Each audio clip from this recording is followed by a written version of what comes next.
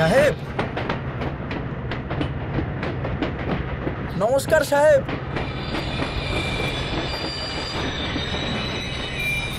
আস্তে আস্তে নামুন সাহেব, নামুন। কেমন আছেন আপনি? আমি ভালো আছি, তুমি ভালো আছো তো? আমি ভালো আছি। আপনার মেয়ে কোথায়? অনুরাধা। আরে মা, ভালো আছো তো? হ্যাঁ, আমি খুব ভালো আছি। আরে ব্যাগ আমাকে দাও, আমি নিয়ে যাচ্ছি। না না, ঠিক আছে। এবার বলো তো, অস্ট্রেলিয়া থেকে দাদা আসা যাওয়া করে তো? তোমার দাদা সুন্দরের কথা বলছো? ও এখন আমেরিকায় আছে, দ্বিতীয়বার সন্তান হবে, তাই মাও ওখানে। হ্যাঁ, সে তো ভালো খবর। এখন বাচ্চা টাচ্চা হয়ে গেছে, বেকার এখানে এসে কি করবে ও? বিদেশে গিয়ে কেউ কি দেশে ফিরেছে কখনো? মুখে বলে যে ফিরে আসবো, কিন্তু আদৌ আসে না। আরে সাহেব, আপনিও তো ওরকম। শহরে থাকেন বলে গ্রামে আসতে আপনার ইচ্ছেই হয় না। 4 বছর পরে আপনি গ্রামে এলেন। আপনার যেমন শহর ভালো লাগে, ওর আমেরিকা ভালো লাগে, আর আমার গ্রাম ভালো লাগে। শোন, আমি যখন এসেই পড়েছি, এবার এখানেই থাকবো। আরে বা, সামনের দিকে তাকাও, দেখো একটা বজরংবলীর মন্দির আছে, খুব ফেমাস মন্দির। আর আপনি এখন এখানে আছেন, দেখবেন যা চাইবেন তাই পাবেন। আচ্ছা। যা প্রার্থনা করবেন সবটাই আপনাকে একেবারে ঢেলে দেবে বজরংবলী। ভীষণ জাগ্রত। আরে সাহেব, একটু দেখে চালাবেন গাড়ি। যদি এদের গায়ে লেগে যায়, গাড়ি সমেত আপনাকে তো আটকাবে, আমার জামা কাপড় খুলে নেবে। এই, আমাকে শেখাতে আসিস না, আমি গ্রামেই বড় হয়েছি। মুখটা বন্ধ রাখ।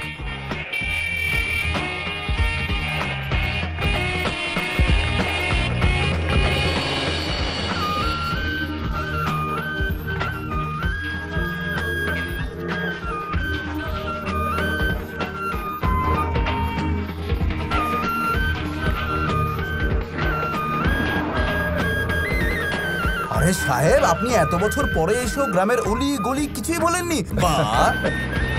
আরে পুরো গ্রামে তো একমাত্র আমাদের বাড়িটাই এত বড়। দেখুন সামনে, নিশ্চয়ই মনে পড়ে গেছে সবটা।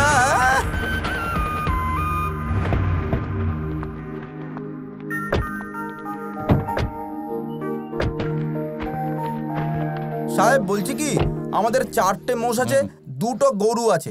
রোজ আমরা 30-40 লিটার দুধ পেয়েই যাই, আর পুরো দুধ আমরা গ্রামে সাপ্লাই করি। শোন, দুধ বেচার জন্য আমি এখানে আসিনি। তুই আগে জিনিসগুলো ভেতরে রাখ, যা। ঠিক আছে সাহেব। কি করতে যে গ্রামে এলেন, শহরেই থাকতে পারতেন।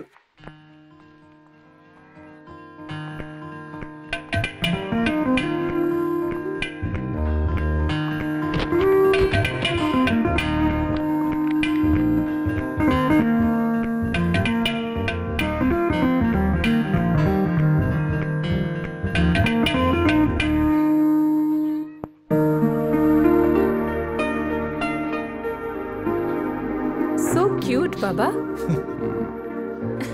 তখন তোর 3 বছর বয়স, আর তোর দাদার 7 বছর। রঘু, আরে তুমি কেমন আছো? সকালে ট্রেনে এলি বুঝি? হ্যাঁ মাসি।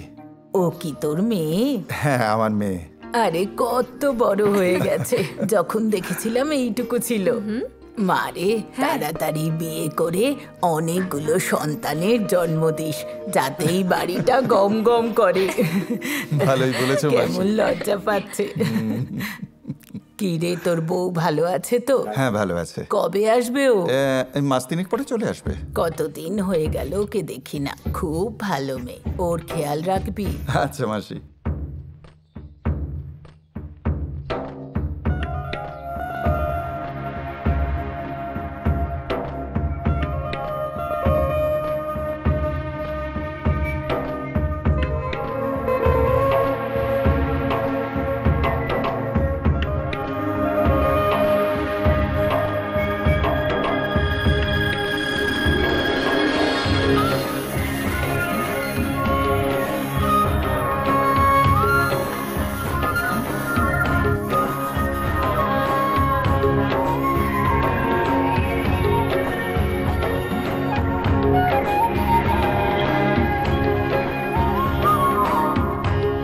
এই অনু, এখানে একা দাঁড়িয়ে দাঁড়িয়ে কি করছিস? শহরে উঁচু উঁচু বাড়ির মধ্যে আকাশ কোথায় দেখতে পাই, কিন্তু এখানে কত বড় খোলা আকাশ, এত বড় বাড়ি, স্বচ্ছ পরিবেশ, বিশুদ্ধ বাতাস। আই লাভ দিস প্লেস বাবা।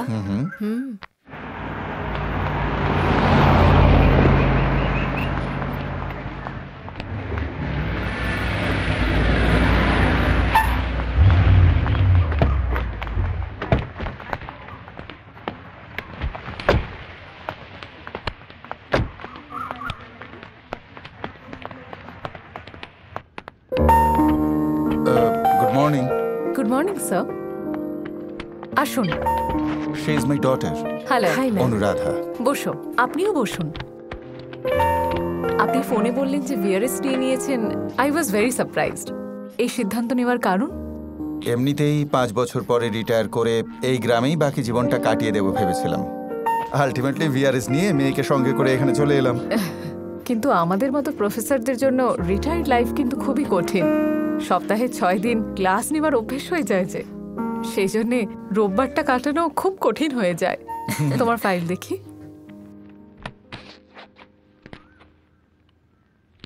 একটা বছরই তো বাকি ছিল, তুমি শহরেই তো শেষ করে আসতে পারতে। হ্যাঁ ম্যাম, বাবারও ইচ্ছে ছিল, কিন্তু বাবাকে আমি একা ছাড়তে চাইনি, তাই আমিও এখানে চলে এসেছি। Very good. অফিসে ফিস জমা করে দাও আর আজ থেকেই জয়েন করো। Thank you ma'am. Thank you ma'am. Anuradha মা, তোমার বাবা আর আমি একই স্কুলে পড়াশোনা করেছি, অন্য লোকের গাছের ফল চুরি করেছি, সারাদিন পুকুরে স্নান করেছি, এইভাবেই আমরা সময় কাটিয়েছি। তোমার বাবার সঙ্গে ঘুরতাম বলে মা ভীষণ বকাবকি করতো, আর আজ দেখো তোমার বাবাকে নাম ধরে ডাকতে দ্বিধাবোধ হয়। আচ্ছা, এরপরে কি করতে চাইছো? গ্রামে তো দুটোই কাজ আছে, হয় চাষবাস করো, তা না হলে বসে টিভি দেখো। কিন্তু আমি অন্য একটা ভাবনা চিন্তা করছি। আমাদের গ্রামের অলিতে গলিতে যে গান শোনা যায়, সেই লোকগীতি সবগুলোকে একত্রিত করে বইয়ের আকারে বার করতে চাইছি। কিন্তু তোমার ওই বই তো কেউ পড়বে না। ঠিক বলেছেন আপনি। আমি জিজ্ঞেস করলেই বলে অনেক দিনের ইচ্ছে। বাদ দাও না, ওর যখন ইচ্ছে করছে পূরণ করতে দাও। মা বাবার ইচ্ছে, ছেলে মেয়ের ইচ্ছে, স্ত্রীর ইচ্ছে, এসব ইচ্ছে পূরণ করতে করতেই পুরুষদের সময় কেটে যায়। ইনি একদম ঠিক বলেছেন। রিটায়ার্ড লাইফ এনজয় করার জন্য তুমি এখানে এসেছো, তা না করে লোকগীতি নিয়ে এত মাতামাতি করার কি আছে? যদি এই ব্যাপারই হয় তাহলে তুমি বিয়ে করে সংসার করছো না কেন? তোমার চিন্তা করে করে বাবা কেন রোগা হয়ে যাবে? বাবা কেন তোমার জন্য পাত্র খুঁজবে? হ্যাঁ বলো, পাত্র আমি খুঁজে দেব।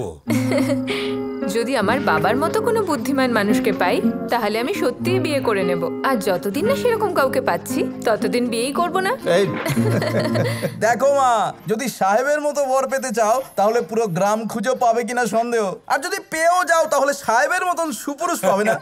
আচ্ছা, এই গানগুলো শুনে লেখার মতন কাউকে পেয়েছো নাকি খুঁজে দিতে হবে? না না, আমি একজনকে বলেছি, সত্যপ্রসাদ। ও আগামীকালই এখানে আসছে।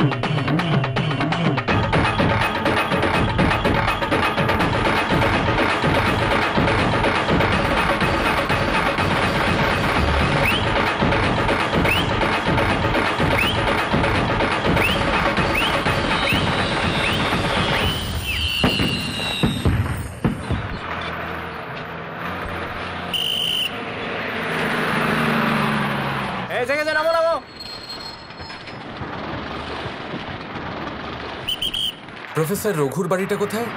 ভবতোষ, মাস্টার মশাইকে একজন খুঁজছেন, যাও ওনাকে নিয়ে যাও। আপনি? আমি সত্যপ্রসাদ। প্রফেসর রঘু আমায় ডেকেছেন রিসার্চ অ্যাসিস্ট্যান্টের জন্য। আচ্ছা আচ্ছা, আপনি সাহেব বলছিলেন আপনার ব্যাপারে। আপনার তো কাল আসার কথা ছিল। কালই আসার কথা ছিল, কিন্তু রাতে দেরি হয়ে গেছিল, তাই বাস মিস করলাম।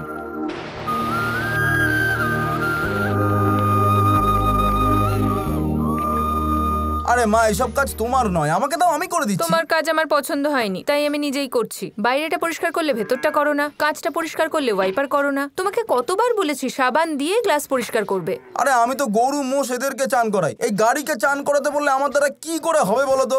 আরে আমি নিজেই যখন সাবান দিয়ে চান করি না, গাড়িকে কি করে করাবো? এ বাবু তুমি চলো। ইনি কে? সত্যপ্রসাদ। আরে সাহেব কালকে বলছিলেন না আমার অ্যাসিস্ট্যান্ট আসবেন, উনিই তো সেই অ্যাসিস্ট্যান্ট। ইনি হলেন সাহেবের মেয়ে, কথায় কথায় ইংরেজি বলে। আমার মতন মূর্খ নয়, খুব শিক্ষিত। হ্যাঁ, ওপরে নিয়ে যাও। ঠিক আছে মা। বাবা নিজেই বেকার বসে আছে, আবার আরেকজনকেও বেকার বসিয়ে রাখবে। তা কেন হতে যাবে? এই সমস্ত লোকগীতি সংগ্রহ করে কি লাভ হবে শুনি? যা মনে আসে গেয়ে দেয়। আজকালকার দিনে এই সমস্ত গান কে শুনবে বলো তো? যা মনে এলো সেই গান গাওয়ার বিষয় নয় এটা। লেখা সাহিত্যের থেকে অনেক বড় বিষয় এটা। শেলির কবিতা আপনি নিশ্চয়ই পড়েছেন। তার মধ্যে best love philosophy, the river mingles with the sea. নদী সমুদ্রে গিয়ে মিশে যায়, and the sun with the mountain. সূর্য পাহাড়ের সাথে মিশে যায়। Why not I with you all? এখানে আমি মিশতে পারবো না কেন? আরে বাহ, কি দারুণ কবিতা বললেন আপনি। মনের সাথে মন মিলল, সমুদ্রের সাথে জাহাজ মিলল, আমার সঙ্গে আমার গরুরা মিলল, আমরা সব গ্রামবাসী মিলে গেলাম, এটাই বলছেন তো আপনি? দেখলেন তো দৃষ্টিভঙ্গি কতটা এক আমাদের। শেলি একবার যে গান লিখে দিয়েছেন সেটা চিরকাল বেঁচে থাকবে। এবার এই যে লোকগীত, সেটাও লেখা হয়েছে, এটাও চিরকাল থাকবে।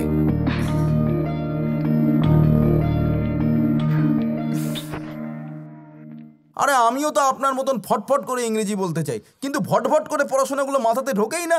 আরে মাস্টার মশাই তো ঠিক মতন পাইনি আমি ওই সময়।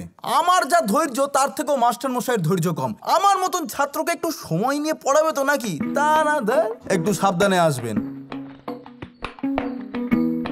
আরে এই বাড়িতে এখন আমি সব, আমাকে জিজ্ঞেস না করে পাখিরা ঘুম থেকে ওঠে না, ডাকে না পর্যন্ত। এই দেখো, ওই ঘরটা তোমার, বাথরুম পেছন দিকে আছে, আর খাওয়ার সময় নিচে চলে আসবে।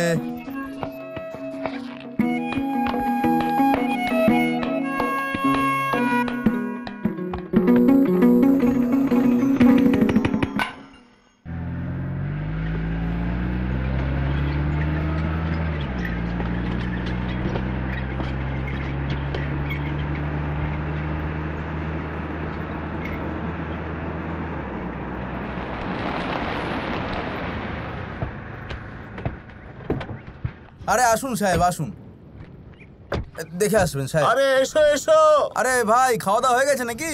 হ্যাঁ, এই তো এক্ষুনি খেলাম। আরে সাহেব তোমাদের গান শুনতে চাই, এই জন্য এখানে নিয়ে এলাম ওনাকে। ও আসুন আসুন, নমস্কার, আসুন। আরে বস্তা সরাও না। আসুন সাহেব, ঠিক আছে। বসুন। সাহেব, ও যখন গান করে তখন সবাই দুঃখ ভুলে আনন্দে মেতে ওঠে, এই জন্য তো সবাই ওকে গান করার জন্য ডাকে। এত ভালো গান করে না ও। আরে দেখ, আমি কি শুধু একলাই গাই? গায়ের খেতে যারা কাজ করে তারা সবাই গায়। ভালো ফসল তুলতে হলে যেমন সার দিতে হয়, আর গোফের জন্য তা দিতে হয়, আর সুর থাকলে তবেই ভালো গান হয়। ছোটবেলা থেকেই গলায় সুর আছে সাহেব, তাই লোকগীতি মনে গেঁথে আছে।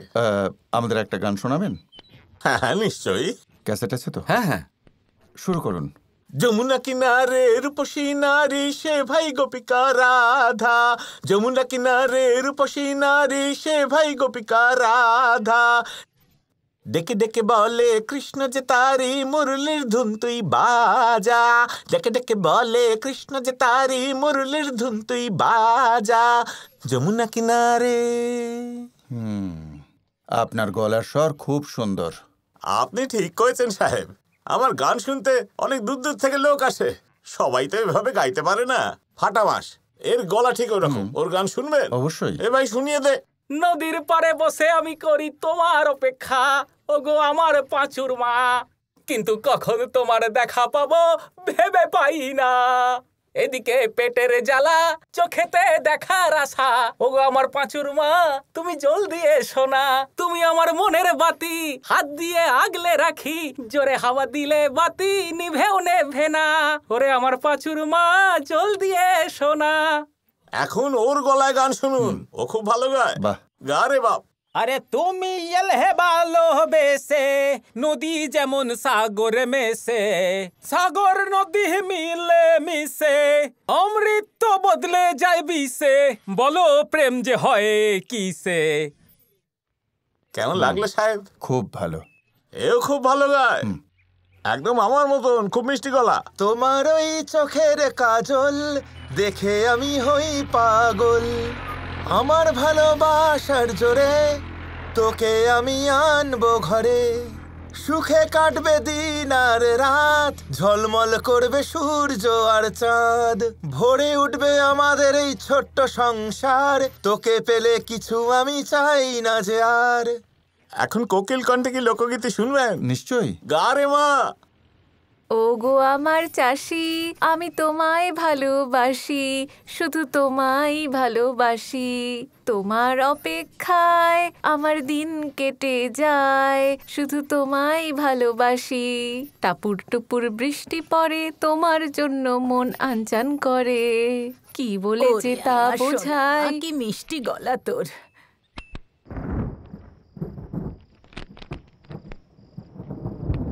আরে যতই ঘরের খাবার খেয়ে নাও না কেন, কিন্তু যতক্ষণ মেহমুদ মিয়ার দোকানে গিয়ে না খাচ্ছি মনই ভরে না। ওর রান্নার প্রশংসা যতই করবো ততই যেন কম করা হয়। ভালো হলো আমরা বৃষ্টি আসার আগেই বাড়িতে চলে এলাম, ভিজে গেলে পুরো ঠান্ডা লেগে যেত।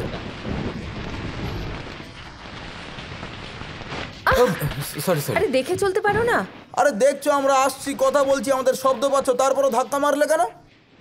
অন্ধকারেও আমাকে দেখা যাবে কারণ আমার গায়ের রং পরিষ্কার, কিন্তু তোমাদের মতো শ্যামবর্ণ লোকেদের অন্ধকারে দাঁত বের করে আসা উচিত, বুঝতে পারলে? দেখলে বাবু, আমাদের গায়ের রং শ্যামলা বলে আমাদের নাকি দাঁত দেখাতে দেখাতে আসতে হবে অন্ধকারে। ঠিক আছে, দাঁত দেখাতে দেখাতে আসবো, চলো।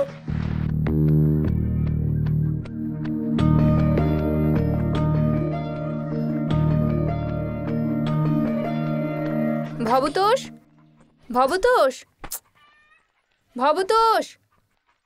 ও তো নেই। আমি কলেজ যাচ্ছি, বাবা ব্যাংকে গেছে, ভবতোষ আসলে বলো যেন এখানেই থাকে। আরে চিন্তা করো না, আমি এসে গেছি, তোমরা যাও। এই কে রে? সত্যপ্রসাদ, বাবার অ্যাসিস্ট্যান্ট। শ্যামবর্ণ কিন্তু হ্যান্ডসাম। আরে বাবা, আরেকবার বলুন তো। বললাম ও শ্যামবর্ণ কিন্তু খুব হ্যান্ডসাম।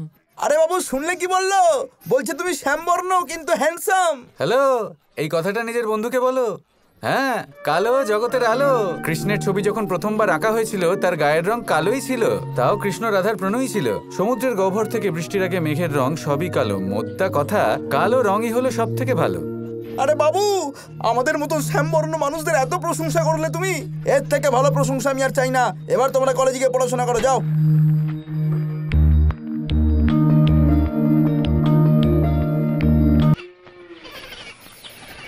নমস্কার বাবু। নমস্কার। ভবতোষ। আরে দাদা, সাহেব আছে নাকি? কি ব্যাপার? সাহেব তো বাইরে গেছে। বাইরে গেছেন, কিন্তু আজ আমায় আসতে বলেছিলেন। এই ব্যাপার? হ্যাঁ। একটু দাঁড়ান, আমি এখনই মাকে জিজ্ঞেস করছি। অনুরাধা, অনুরাধা, চাটা কিছু খাবেন? না, ওসব চাই না। কেমন আছেন? কেমন আছো? সাহেবের সঙ্গে দেখা করতে এসেছি। আপনি বসুন, বাবা আপনার জন্য টাকা রেখে গেছেন, আমি আনছি। ঠিক আছে। 1 মিনিট। হ্যাঁ, তাহলে গানের কাজ কেমন চলছে? হ্যাঁ, খুবই ভালো চলছে। কিন্তু এসবে কোনো লাভ নেই, বরং যদি আমার ব্যাপারে বই লেখো তাহলে তোমার লাভ হবে। এ কথা কেন বলছেন শুনি? দেখো, আমি আমার 1 একর জমিতে কলা গাছ চাষ করেছিলাম। আমার গ্র্যাজুয়েট ছেলেকে সেসব দেখার দায়িত্ব দিয়ে আমি একটু আমার মেয়ের বাড়িতে গেছিলাম। ফিরে এসে দেখি সেসব কলা গাছ একেবারে বরবাদ হয়ে গেছে। তোমাদের মতো লেখাপড়া জানা ছেলে চাষবাসের ব্যাপারে কি জানবে বলো তো? এসব তোমাদের কম্য নয়। আমি জানি, কলা গাছ রোপণ করার পরে 2বার সার দিতে হয়। ডিআইপি, পটাশিয়াম, সালফেট, ইউরিয়া, এইসব মিলিয়ে একটা কলা গাছের জন্য 300 গ্রাম দিয়ে সেচন করতে হয়। সেচন না করলে কলা গাছ 5 দিন বাঁচবে, চিনেবাদাম 10 দিন, আর তিল 20 দিন বাঁচবে। আচ্ছা, আপনি 1 একর জমিতে 1000টা গাছ বসিয়ে থাকবেন, তাহলে কলা, শ্রমিক আর সার মিলিয়ে আপনার 40,000 টাকার ক্ষতি নিশ্চয়ই হয়েছে। খুব ভালো, মাস্টারমশাই সঠিক মানুষের উপর দায়িত্ব দিয়েছেন। এই নিন। ধন্যবাদ গো, এলাম।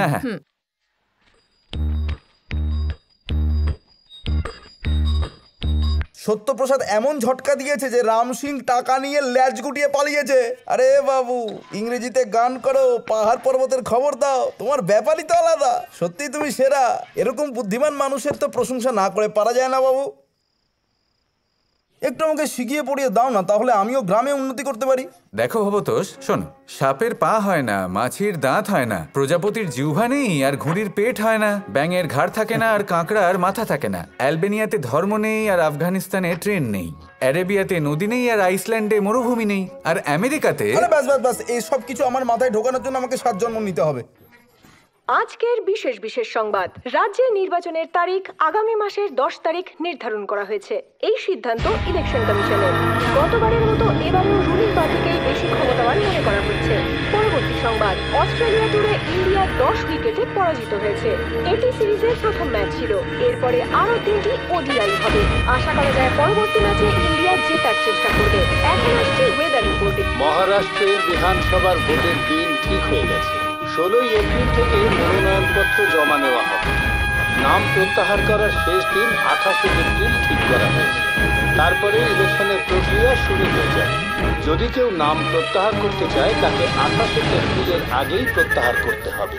28 তারিখের পর আর কোনো নাম প্রত্যাহার করা যাবে না। শুধু এটাই নয়, নির্বাচন কমিশন সমস্ত ব্যাপারের ওপর নজর রাখবে। আরে চুপ করো তো, আমি রঘুকে খুব ভালো করেই চিনি। ও কখনো চুপচাপ বসে থাকে না, কিছু না কিছু করেই যাবে। ছেলে বিদেশে চাকরি করছে, চাষবাস করে টাকা পয়সাও আসে, তার উপর আবার পেনশনও পায়, তাও নিশ্চিন্তে বসে থাকে না। এখনো গ্রামের লোকগীতি সংগ্রহ করে একটা বই বানাতে চায়। চুপচাপ বসে থাকলে পাগল হয়ে যাব। 30 বছর অবসর নিয়ে বসে আছি, তাই বলে কি পাগল হয়ে গেছি?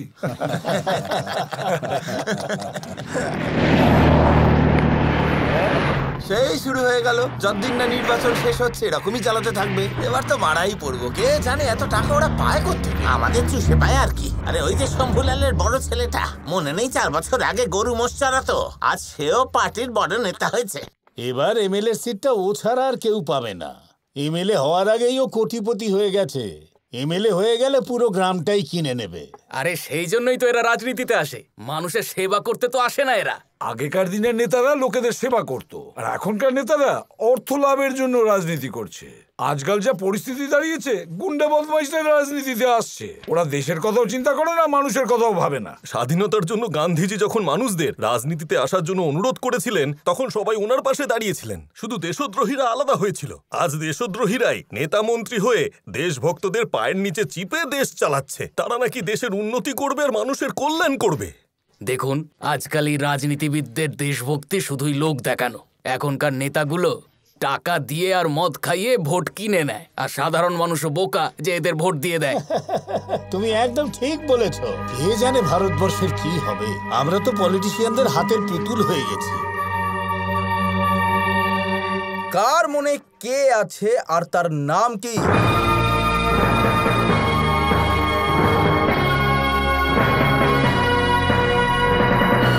লক্ষ্মী, তোমার মনে যা আছে সব আমি বলতে চলেছি। আমি যা যা জিজ্ঞেস করব তার সঠিক উত্তর দেবে, ঠিক আছে? তুমি যে কোনো একজনের ব্যাপারে ভাবো। ভাবলাম। মহিলা না পুরুষ? পুরুষ। এই গ্রামের নাকি অন্য গ্রামের? এই গ্রামেরই। কোন গলি? আমাদের পাশের গলি। আমাদের পাশের গলি? আমাকে ভাবার একটু সময় দাও। তুমি নিজের কাজ করো, আমি তোমাকে ভেবে জানাচ্ছি, কেমন? ফালতু সময়। এই গ্রামের কথা বলছে, পাশের একটা গলির কথা বলছে, আমার মাথাতে কেন আসছে নাকি? আরে ও তো কত সহজে অন্যের মনের কথা বলে দেয়। কি ভবতোষ, চাকরি ছেড়ে দেবে ভাবছো নাকি? এত কিসের চিন্তা? আরে সেটা নয় বাবু, কার মনে কি আছে সেই কথা আমি লক্ষ্মীকে জিজ্ঞেস করে নিজে এখন ফেসে গেছি। এ তো ভারী বিপদে পড়লাম। না, এতে বিপদের কিছু নেই। আপনি একবার চেষ্টা করে দেখুন, দেখি পারেন কিনা। ঠিক আছে, আমি চেষ্টা করে দেখি। আরে বাবু, আপনি এত পড়াশোনা জানা মানুষ, আপনি যদি না পারেন তাহলে কিন্তু। যদি করতে পারি তো দেখা যাবে তখন। কারোর বিষয় ভাবো। ভাবলাম। নারী নাকি পুরুষ? পুরুষ। কোনো রাজনেতা নাকি কোনো শিল্পী? শিল্পী তো বটেই, মাঝে মধ্যে রাজনীতিও করে। প্রভাবশালী? ছোট ছোট বাচ্চারা ওর নাম জানে। সুপারস্টার দেব, তাই তো? আরে বাবু, আপনি কি করে বলে দিলেন?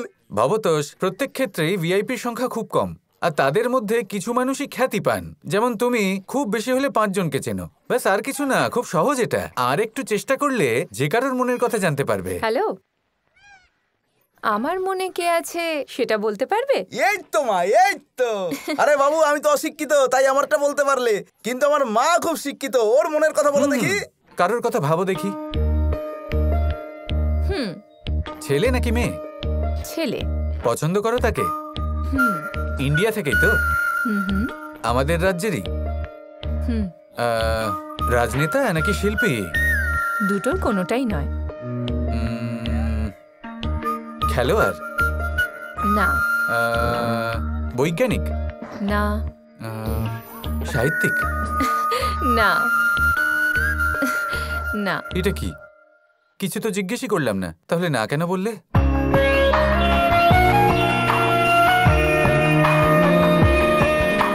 সরি, তোমার মনে কি আছে ঠিক করে বুঝতে পারলাম না। ভবতোষ, শিক্ষিত মানুষদের মনের কথা বোঝা সত্যিই কঠিন। তার উপর সে নারী হলে তার মনের কথা বোঝা একেবারেই অসম্ভব। চলো। হ্যাঁ বাবু, এটা সত্যি খুব কঠিন কাজ।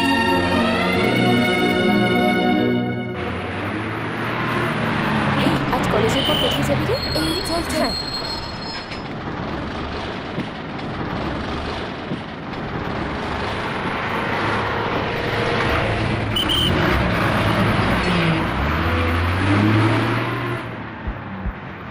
আরে মা, কলেজ কি তাড়াতাড়ি ছুটিয়ে গেল আজকে?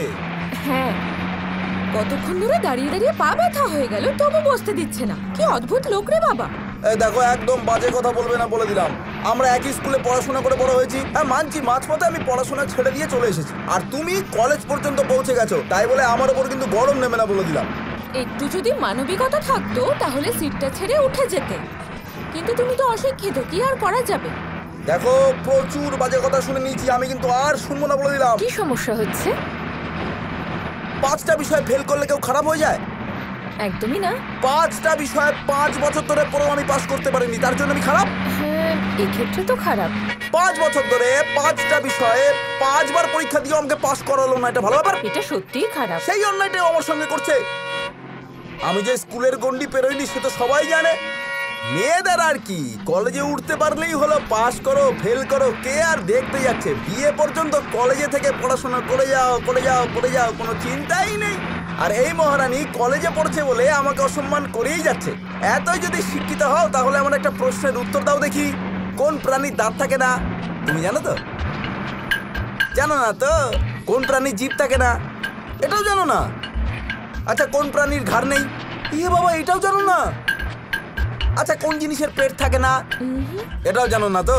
তাহলে শুনে না, মাছির দাঁত হয় না, ঘুড়ির পেট হয় না, প্রজাপতির জিভ নেই, ব্যাঙের ঘাড় থাকে না, আর কাঁকড়ার মাথা হয় না।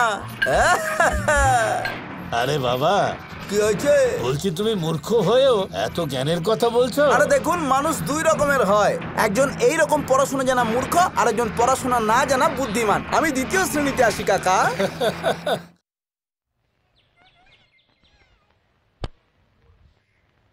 এবারে বলুন। কি আর বলবো বাবা, তোমাদের মতো তো লেখাপড়া করিনি, মনে যা আসে তাই বলি। আমার মা বাবা যে গান গাইতো সেটা এখন আমি গাই। আমার তো একটাই চিন্তা, আমি না থাকলে এইসব গান কে গাইবে? এসব কেন বলছেন আপনি? আমার বৌমা টিচার আর আমার নাতি নাতনি ইংরাজি স্কুলে পড়ে, ওদের কাছে এত সময় কোথায়? আমাদের এই বইটা একবার ছাপা হলে সারা পৃথিবীর লোক এটা পড়বে। বাহ। আচ্ছা মাসি, তোমার কেমন গান ভালো লাগে? ফসল বোনার গান, কাটার গান, আনন্দের গান, দুঃখের গান, সব গানই আমি করি। ঠাকুমা, এসবের মধ্যে তোমার কোনটা ভালো লাগে? আমার স্বামীর সঙ্গে আমি যে গান গাইতাম সেটা। কি দিদা, ওই সময় তুমি দাদুর সঙ্গে নাচ গান করতে নাকি? হ্যাঁ রে। একবার সেই গানটা গাও না মাসি। লজ্জা করে। আরে লজ্জা কিসের? সাহেব বলছে গেয়ে দাও না। ও গো আমার প্রাণনাথ, তুমি আমার আশা, তুমি আমার ভরসা, তোমায় ছাড়া এই পৃথিবী আমার কাছে বেরং, তুমি আমার দেবতা, তুমি আমার ঈশ্বর, ও গো তোমার পাশে আমি থাকবো চিরকাল।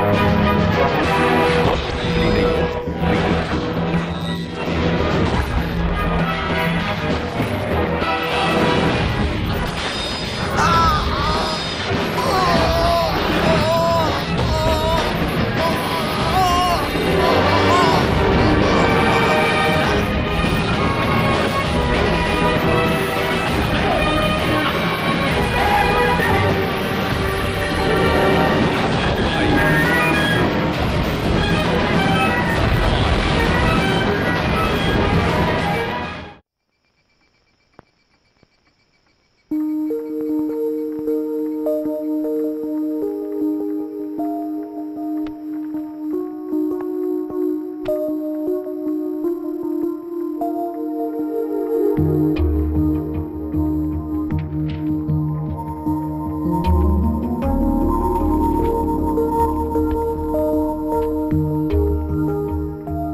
যাকে চায় তাকে কেন পায় না, মনের কাছে জেনে নাও এ কেমন বড় ধাঁধা।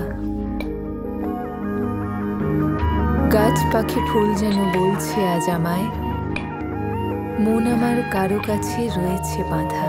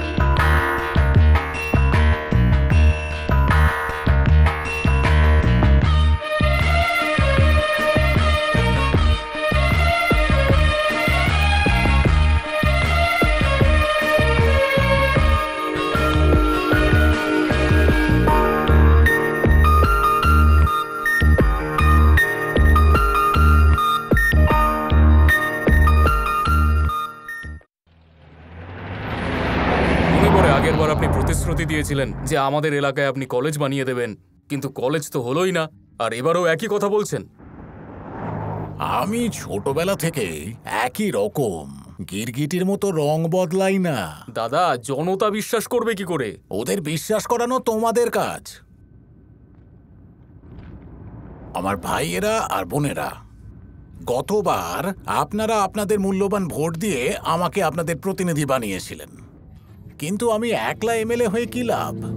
দেখুন, আপনারা তো আমাদের পার্টিকে বিরোধী আসনে বসিয়ে দিলেন, কিন্তু এবার শুধু আমাকেই নয়, আমাদের পার্টির প্রত্যেক প্রার্থীকে আপনারা সবাই আপনাদের মূল্যবান ভোট দিয়ে সরকারে আসার সুযোগ করে দিন। আর আমরা ক্ষমতায় আসা মাত্র সবার আগে কলেজের সেই ফাইলে সাইন করব যে ফাইলে স্বাক্ষর করতে শাসক দল অস্বীকার করে দিয়েছে।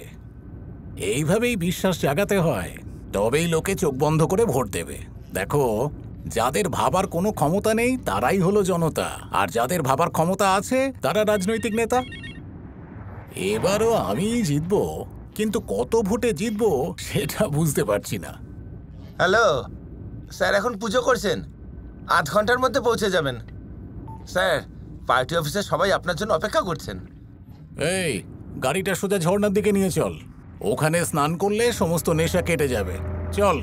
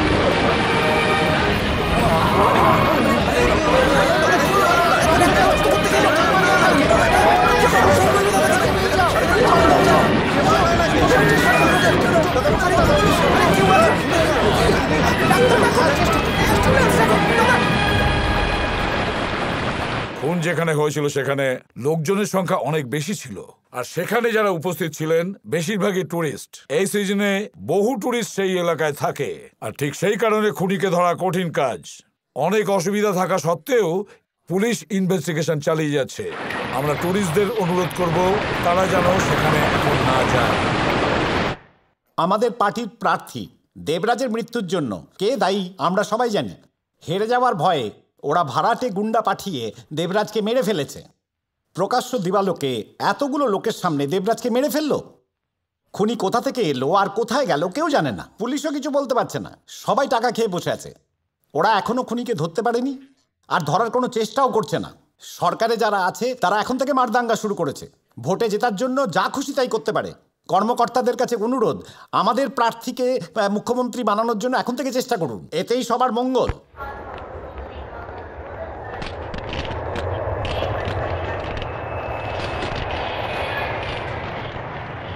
নমস্কার স্যার।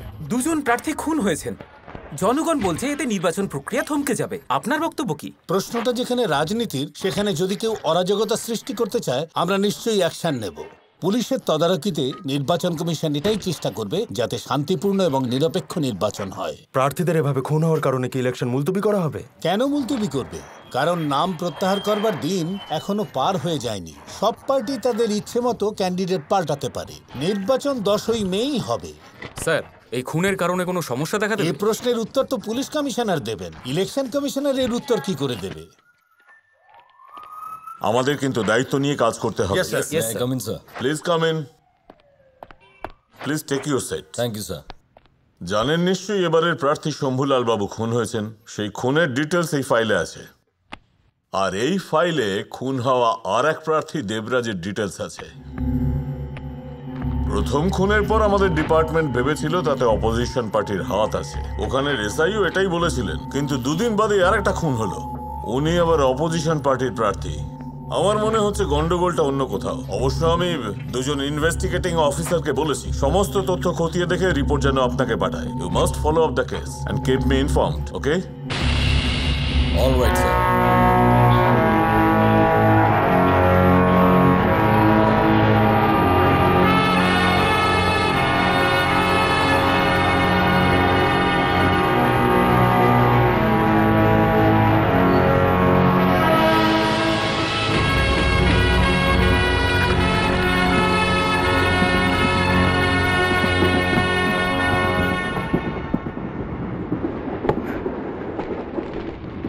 কি বলিস, এবারের ইলেকশনে শ্যামসিং জিতবে তো নাকি?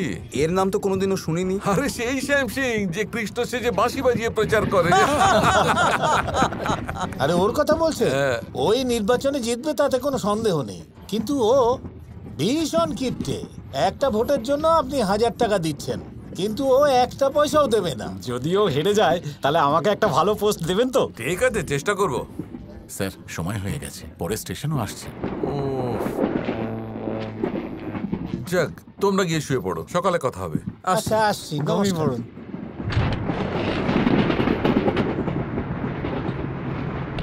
স্যার তোমাকে যেতে বলেছেন, সকালে এসো। স্যার,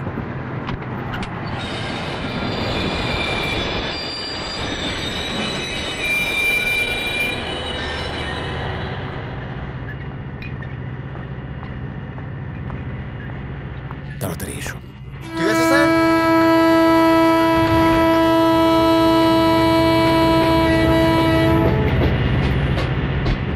ভেতরে যাও। Okay sir. ঠিক আছে, তুমি যাও। বসো। নাম কি? এই কি চিনতে পারছেন না? আমার নাম প্রিয়াঙ্কা। প্রিয়াঙ্কা? আগে দেখেছি? সেই যে 4 বছর আগে রাজধানী এক্সপ্রেসে দেখা হয়েছিল। ও তুমি সেই। কতদিন দেখিনি তোমার। কিভাবে আর মনে থাকবে? আপনি তো প্রতিদিন নতুন নতুন মেয়েদের সাথে, বুঝতে পারছেন তো কি বলছি? আগে একটু বুকে তো।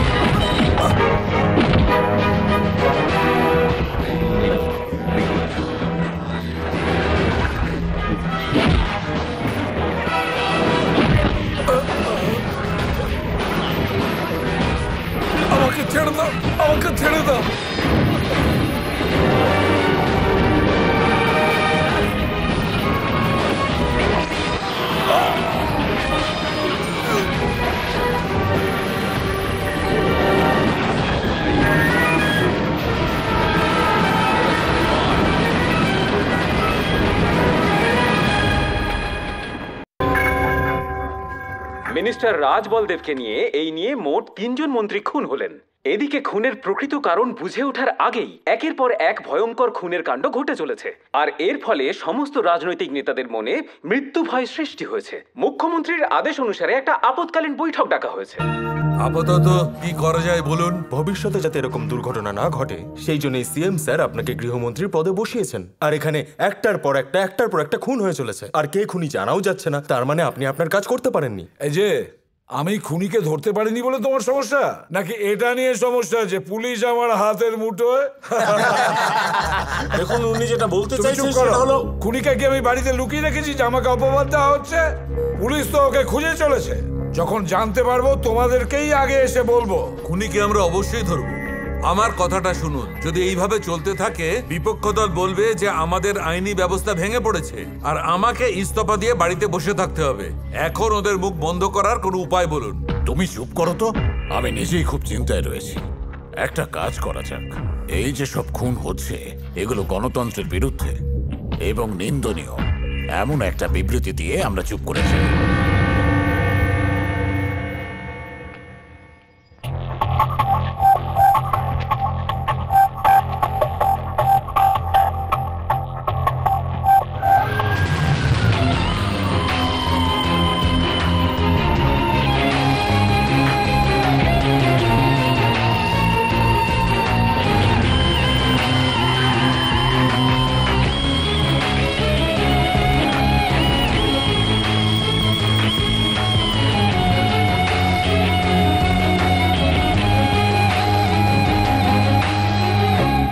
এই যে 3টে খুন হয়েছে, এতে রাজনীতি বা বিজনেস বা কোনো আন্ডারওয়ার্ল্ডের হাত নেই।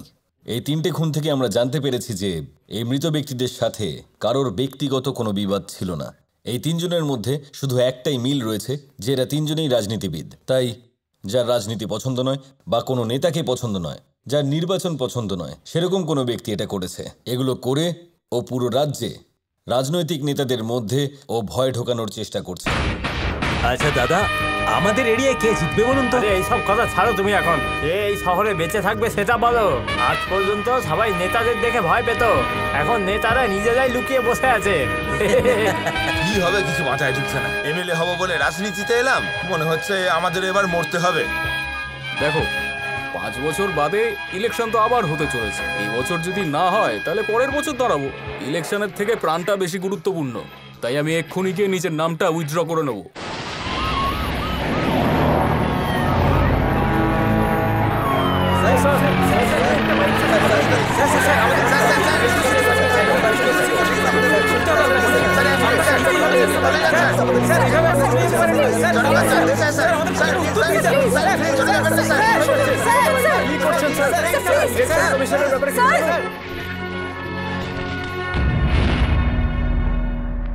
একদিকে একের পর এক খুন হয়ে যাচ্ছে, আর এদিকে ক্যান্ডিডেটটা নমিনেশন উইথড্র করছে। স্যার, একটা কথা ছিল, ও কাদের টার্গেট করছে? নির্বাচনের প্রার্থীদের টার্গেট করছে। প্রত্যেকটা বিভাগে অন্তত 2 জন করে থাকে, তার মানে মোট 400 জন।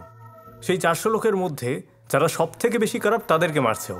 আমরা যদি ওর প্যাটার্নটা ফলো করি, ও কিন্তু আমাদের জালে ফেঁসে যাবে। Not a bad idea. ওদের সমস্ত ডিটেল কালেক্ট করো, ওদের উপর কটা কেস চলছে, ওদের সম্পত্তি কতটা রয়েছে, ওদের পরিবার কতবার দল পাল্টেছেন, সেই ডেটাগুলো কালেক্ট করো। ওকে, আসুন আসুন। Hello sir. Hello sir, please sir. Thank you sir. নির্বাচনের সব কাজ আমাদের করতে বলছে ওরা। লিস্ট তৈরি। আচ্ছা, তবে এই লিস্টের কোনো প্রয়োজন নেই। কেন স্যার? আমি আপনাকে বুঝিয়ে বলছি। প্রথমে সাউথ সাইড, কাদের খান, ওর 2টো স্ত্রী, 40টা বাস আছে ওর, আর 2বার আইটি রেড পড়েছে ওর বাড়িতে। উত্তম চন্দ্র, একজন স্ত্রী কিন্তু একটা বাচ্চা মেয়ের রেপ কেসে ফেঁসে আছে। 4টে বড় বড় বাংলোও আছে। গঙ্গাধর, প্রবীণ অথচ ব্যাচেলর, 10 বছর ধরে ওর একটা মার্ডার কেস চলছে। রূপন, বাবার টাকায় ইলেকশনে দাঁড়িয়েছে, একটা সিট কেনার জন্য 12 লাখ টাকা খরচা করেছে। চন্দন, পাউরুটির দোকান ছিল, এখন একটা সোনার দোকান আছে, জাল নোটের ব্যবসা করে ও। সমীর চরিত, ওর বাপ রুলিং পার্টির এমএলএ ছিল, বিপক্ষের কথা এসে নিজেরই বাবাকে মার্ডার করে নিজেকে নির্দোষ প্রমাণ করেছে এখনো।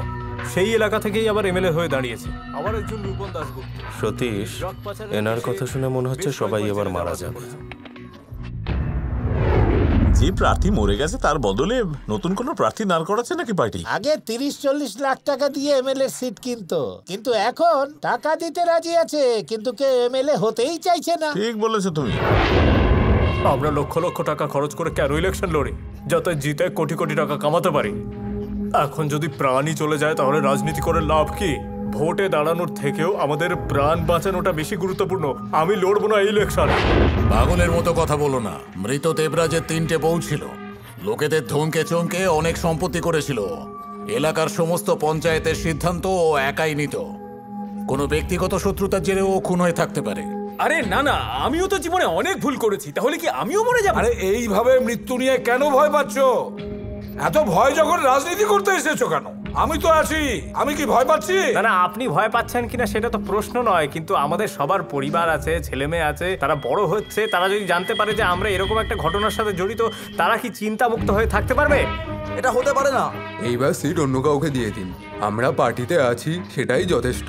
আরে কি ওরা কি বলছে আর আপনারা চুপ করে বসে আছেন?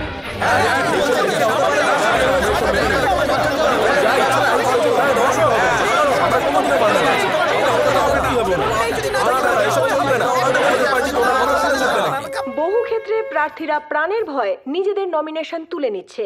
আরো একটি বিশেষ সংবাদ, এইমাত্র আমরা খবর পেলাম যে আরো 10 জন প্রার্থী নিজেদের নমিনেশন তুলে নিয়েছে। এইভাবে 200 জন মন্ত্রী এবার আর ভোটে দাঁড়াচ্ছেন না। সবার রয়েছে প্রাণের ভয়। এই সমস্যার সমাধানের জন্য আমাদের রাজ্যের মাননীয় মুখ্যমন্ত্রী একটি বৈঠকের আয়োজন করেছেন। নাম তুলে নেওয়ার পর আপনি অন্য আর কাউকে দাঁড় করিয়ে দেবেন? আমাদের পার্টি এমনিতেই একটা ছোট পার্টি, মাত্র 12 জন রয়েছে আমাদের প্রার্থী। তাতে আমরা কি করতে পারি? আরে ভোট পিছিয়ে দিলে এমনিতেই সমস্যার সমাধান হয়ে যাবে। কিন্তু সেটা সম্ভবই নয়। আরে তাহলে কেন্দ্রের সরকারের সঙ্গে কথা বলো, ওদেরকে কিছু করতে বলো। দেখুন, ইলেকশনটা সরকার করে না, ইলেকশন করাবার জন্য ইলেকশন কমিশন রয়েছে। এটা সম্পূর্ণ আলাদা বিভাগ, এতে কেন্দ্রীয় সরকারের কোনো হাত নেই। ঠিক আছে, আরে কিছু না কিছু করে তো ভোটটা পিছো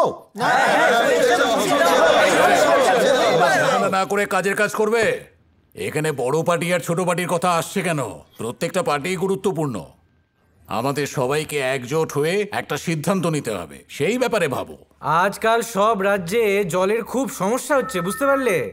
আজ অবধি কোনো মন্ত্রী এটা নিয়ে কোনো কথাই বলেনি। এখন যখন পরপর খুন হচ্ছে তখন সবাই টের পাচ্ছে। এখন মন্ত্রীরা এসে সমস্যা নিয়ে কথা বলছে, সবাই ভয় পাচ্ছে। Good morning sir.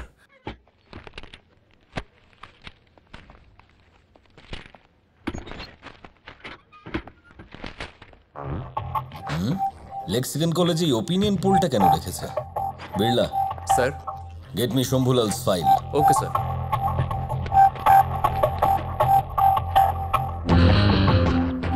এই নিন স্যার। হ্যাঁ দাও, থ্যাঙ্কস।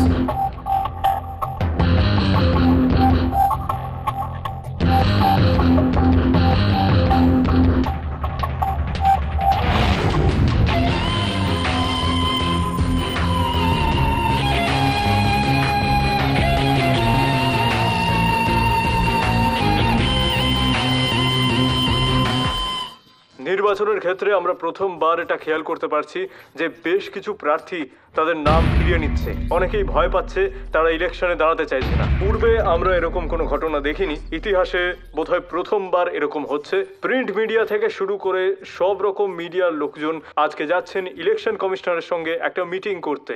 আজ এই পর্যন্ত।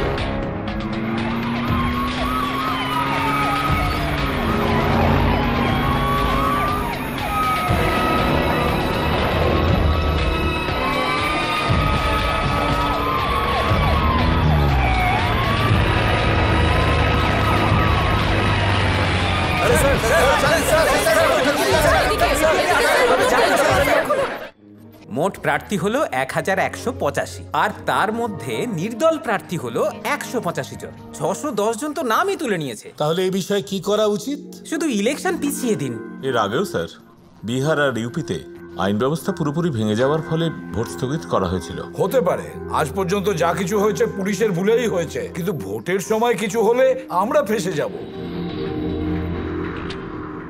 ব্রেকিং নিউজ, বিধানসভার উপনির্বাচনের তারিখ বদলে দেওয়া হয়েছে।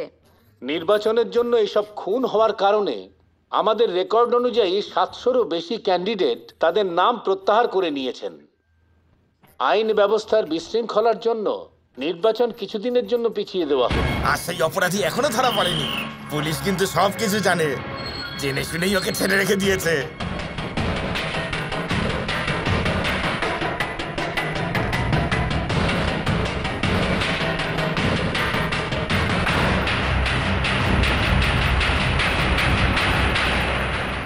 আপনার কথা কিন্তু আমি খুব একটা বিশ্বাস করছি না। Anyway, you have done a great job. Thank you sir.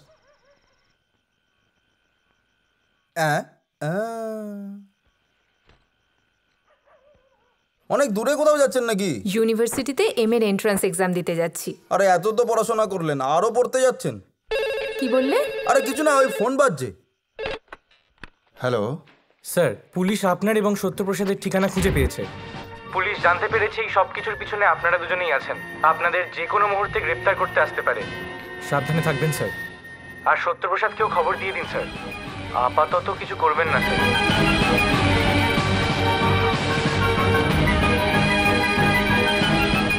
Anuradha, কি বাবা? তোমায় হায়দ্রাবাদে একা যেতে হবে না, সত্য তোমার সঙ্গে যাবে।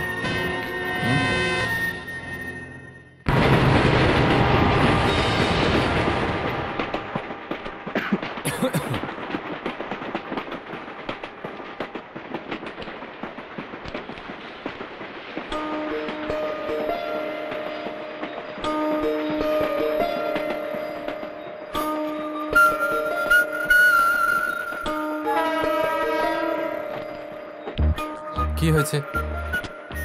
কি হয়েছে? কেন, তুমি জানো না? কি আবার জানবো?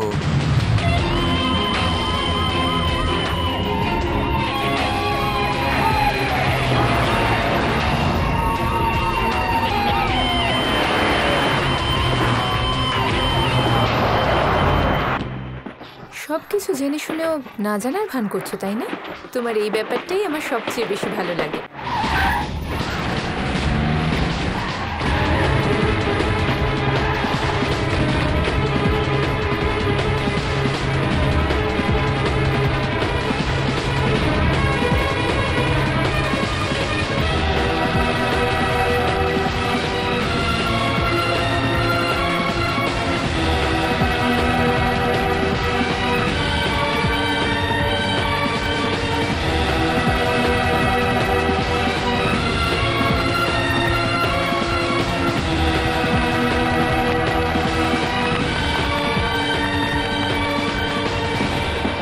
ছোটখাটো বিষয়ে খুব রেগে যাই, আর তুমি গম্ভীর সিচুয়েশনেও হাসি মুখে থাকো।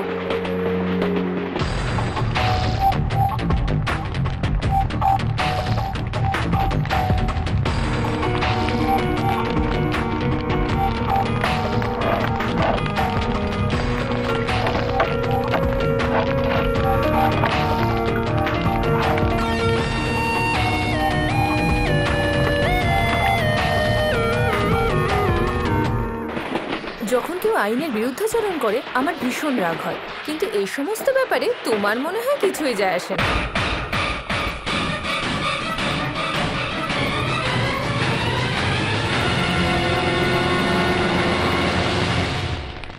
কি কালেক্টর বাবু, কেমন আছেন?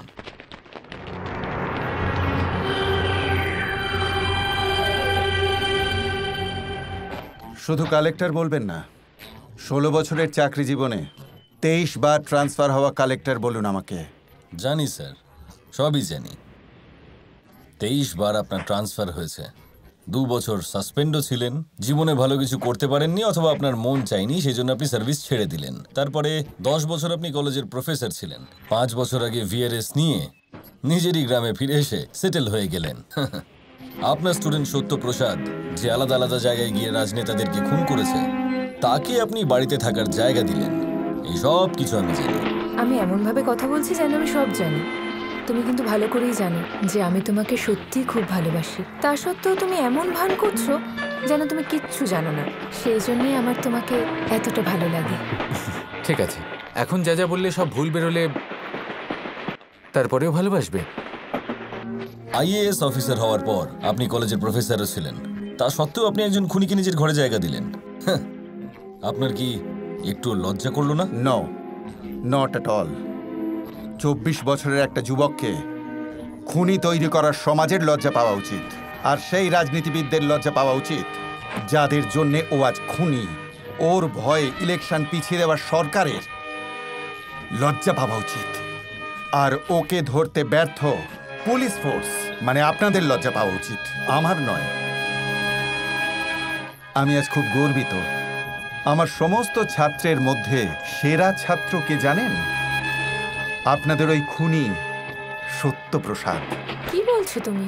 আমি কে, আমি কি করেছি, এরপর কি করতে চলেছি সেই বিষয়ে কোনো ধারণা আছে?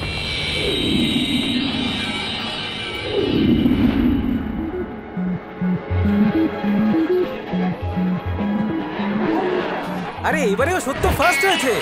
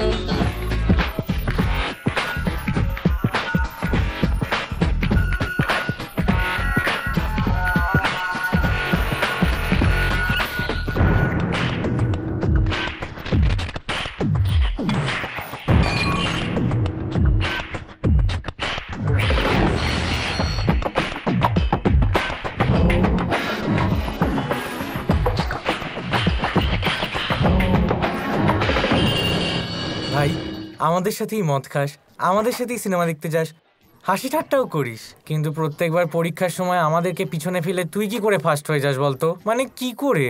হে, তোর বাবা কি করেন? ইঞ্জিনিয়ার তো?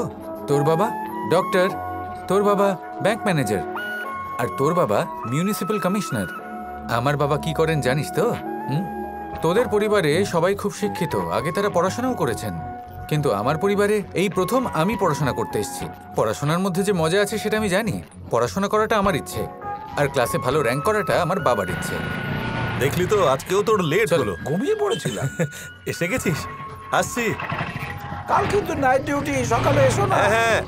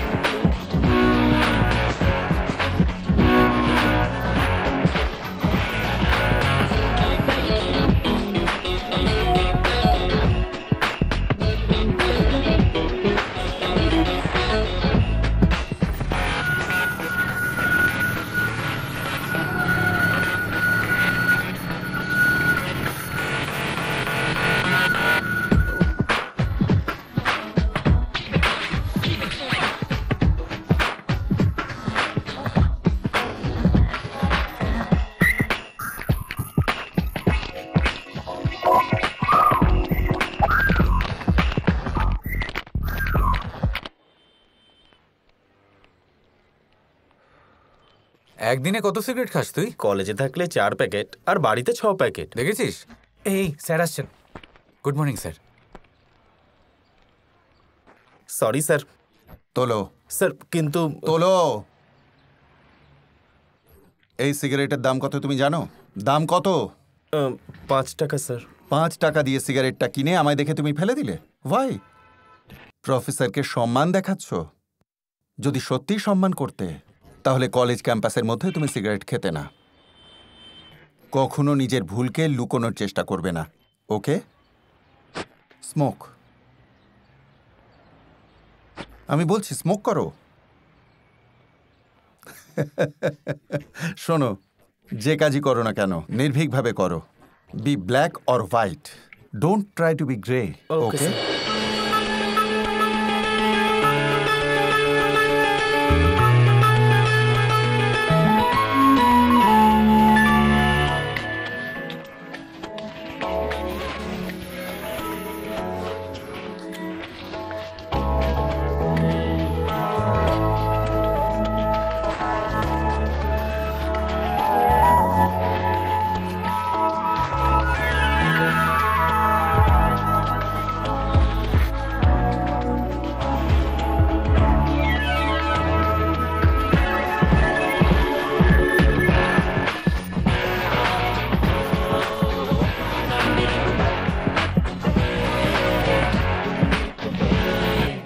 ভাই দেখ, কলেজের ম্যাগাজিনে আমার কবিতা বেরিয়েছে, পিতাই ধর্ম পিতাই কর্ম পিতাই সর্বসুখ। শোন, এটা তুই কবিতা বললি নাকি মন্ত্রপাঠ করলি? হে প্রভু, ও বেচারা অজান্তে সব বলে ফেলেছে, ওকে ক্ষমা করে দেবেন। কবিতা কি শুধু তুই বলতে পারিস? আমিও বলতে পারি। যায় হেঁটে ভূত, পায় জুতো, ভূত হেঁটে যায়, জুতো পায়। এটা কেমন লাগলো?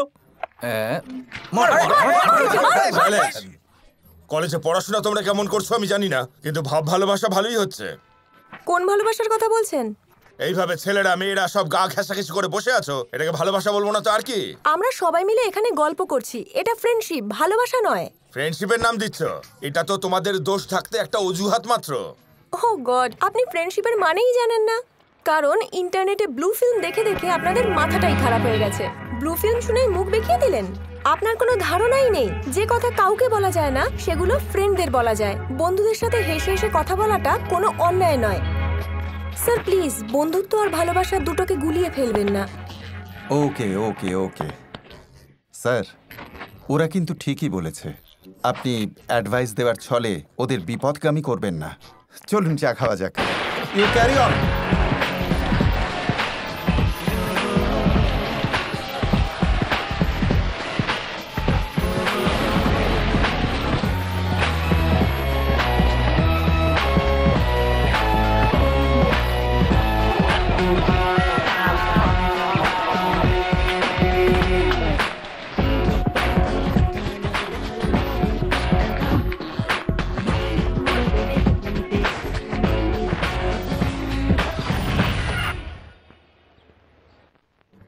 আমাদের কলেজের ক্যাম্পাস ইন্টারভিউতে 135 জন স্টুডেন্ট চাকরি পেয়েছে।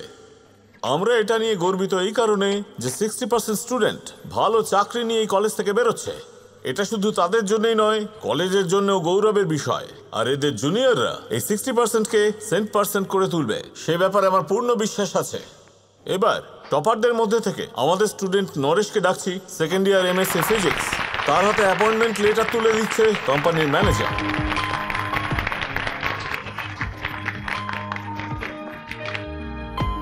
তোমাদের কলেজ শেষ হওয়ার পরে এইভাবেই তোমরাও ক্যাম্পাস ইন্টারভিউর মাধ্যমে একটা চাকরি পেয়ে যাবে, অনেক টাকা রোজগার করবে, বিয়ে করবে, 5 স্টার হোটেলে গিয়ে খাবে, দামি গাড়িতে ঘুরবে, আবার হয়তো ফরেন ট্রিপও করবে, তারপর সন্তান হবে, তাদের বড় করবে, এইভাবে তোমাদের জীবন এগোবে। কিন্তু তোমরা কি কখনো সাধারণ মানুষের সঙ্গে, অথবা যে সমস্ত মানুষগুলো দারিদ্র্য সীমার নিচে রয়েছে তাদের সাথে সম্পর্ক রাখবে? তারা কেন ক্ষেপে ওঠে, কেন দুঃখ পায়, কেন আন্দোলন করে, তোমরা কখনো খোঁজ নেবে? At least have you thought about it? Operational research, তাতে সিকোয়েন্সিং প্রবলেমস, যারা ব্যাংক কাউন্টারে লাইন দিয়ে দাঁড়িয়ে থাকে তাদের বিষয়ে, যারা এয়ারপোর্টে লাইন দিয়ে দাঁড়িয়ে থাকে তাদের বিষয়ে আমরা অনেক রিসার্চ করি, তাই তো? কিন্তু 5 বছরে একদিন যারা ইলেকশন বুথের লাইন দিয়ে দাঁড়িয়ে থাকে তাদের নিয়ে কখনো ভেবেছ?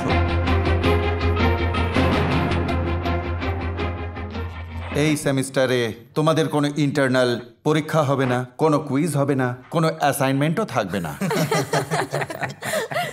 কিন্তু তার বদলে আমরা সবাই মিলে একটা প্রজেক্ট বানাবো। আমাদের এখানে বাই ইলেকশন হতে চলেছে। সেই ইলেকশনের ওপিনিয়ন পোল করো, সাধারণ মানুষের সঙ্গে দেখা করো, তারা কি পছন্দ করে কি করে না, তারা কি চাইছে, কোন পার্টিকে সমর্থন করছে, আর কাকে ভোট দিতে চাইছে। এর ভিত্তিতে আমরা এখানে কোন পার্টি রাজত্ব করবে সেটা বুঝতে পারবো। This will be the project. Ruling party এবং অপোজিং পার্টি নিজেদের প্রার্থীর নাম ঘোষণা করেছে, যা আপনারা এই মুহূর্তে দেখতে পাচ্ছেন। রুলিং পার্টির তরফ থেকে কে শম্ভুলাল আর অপোজিং পার্টির তরফ থেকে পি ভেলুস্বামী এবছরে মুখোমুখি হবেন। একটা পার্টি হেরে গেলে আরেকটা পার্টি আসবে আর সে এসেও নিজের আখর গোছাবে। গরিব মানুষের তো আর কোনো উন্নতি হবে না। যাই হোক, দাও।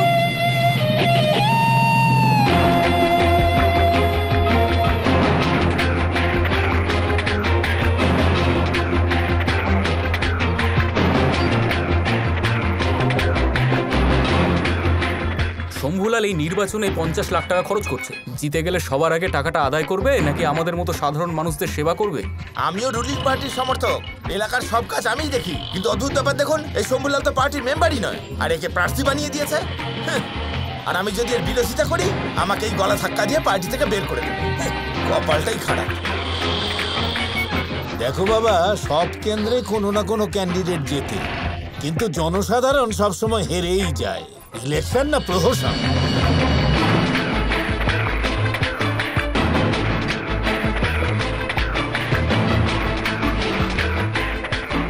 আমি সবসময় চাবি চিহ্নেই ভোট দিয়েছি, এবার চাবি চিহ্নকে ভোট দেব না।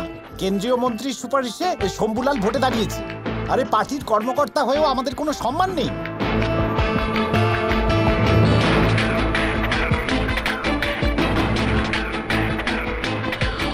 এই এরিয়াতে সবসময় আমাদের পার্টি জিতে এসেছে, কিন্তু এইবার গ্যারেন্টি দিয়ে বলা যাচ্ছে না।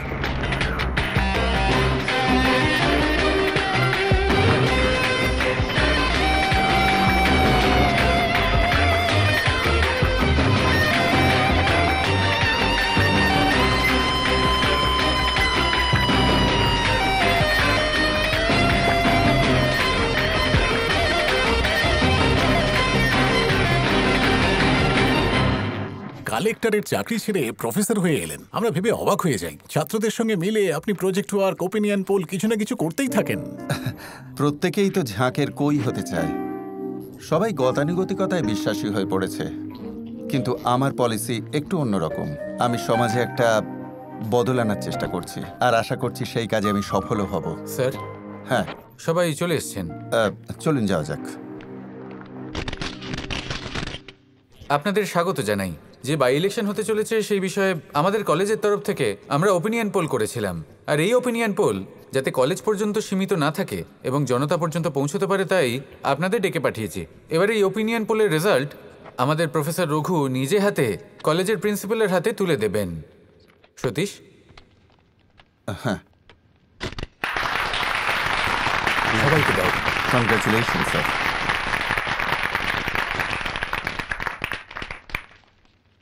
এই যে ওপিনিয়ন পোলটা করেছি, আমরা তার মাধ্যমে সাধারণ মানুষের রায় জানতে পেরেছি, আর প্রত্যেক শ্রেণীর মানুষের ওপিনিয়ন আছে এতে। এই ওপিনিয়নের মাধ্যমে আমরা খুব ক্লিয়ারলি বুঝতে পারছি যে মানুষ এবার রুলিং পার্টিকে সরিয়ে অপোজিশন পার্টিকে আনতে চাইছে। মানুষ একটা বদল আনতে চাইছে।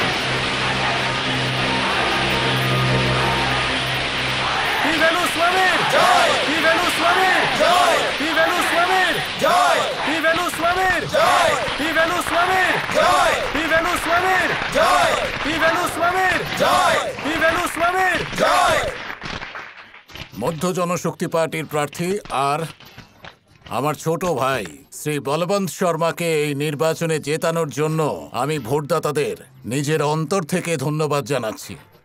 এটা কোনো সাধারণ জয় নয়, এটা খুব বড় একটা জয়।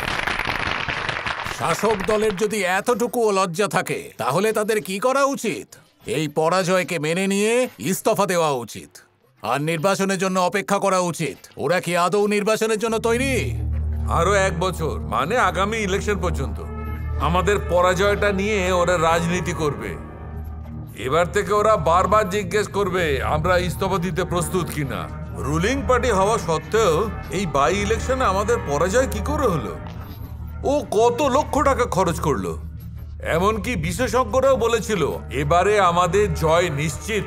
কিন্তু ভুলটা কোথায় হলো আর কি ভুল হলো? আসলে এটা ইলেকশনের এক সপ্তাহের আগের রিপোর্ট স্যার, কিন্তু ইলেকশনের ঠিক 3 দিন আগেই লেক্সিকেন কলেজের ছাত্ররা হঠাৎ এই ওপিনিয়ন পোলের রিপোর্টটা পাবলিশ করে দেয়। কি অবস্থা দেখুন। ওই কলেজের ওপিনিয়ন পোলের জন্যই আমরা হেরে গেছি স্যার, না হলে আমরা জিতে যেতাম স্যার। রাজনীতির ময়দানে কাপুরুষদের নয়, সাহসী পুরুষদের দরকার হয়। যে আমাদের পার্টির লোকও কলেজ চালায়, আর আমি নিজেও 4টি কলেজ চালাই। তোমার উচিত ছিল আমাদের লোকেদের দ্বারা জনতার রায় নেওয়া, আর সেটা খবরের কাগজে ছেপে আমাদের পার্টির এবারে জয় হবে সেটা জনতাকে আশ্বস্ত করতে হতো। তুমি যদি এটা করতে পারতে তাহলে এবারের ইলেকশনে তুমিই জিততে। সেসব না করে উল্টো পাল্টা কাজ করলে লজ্জা করে না?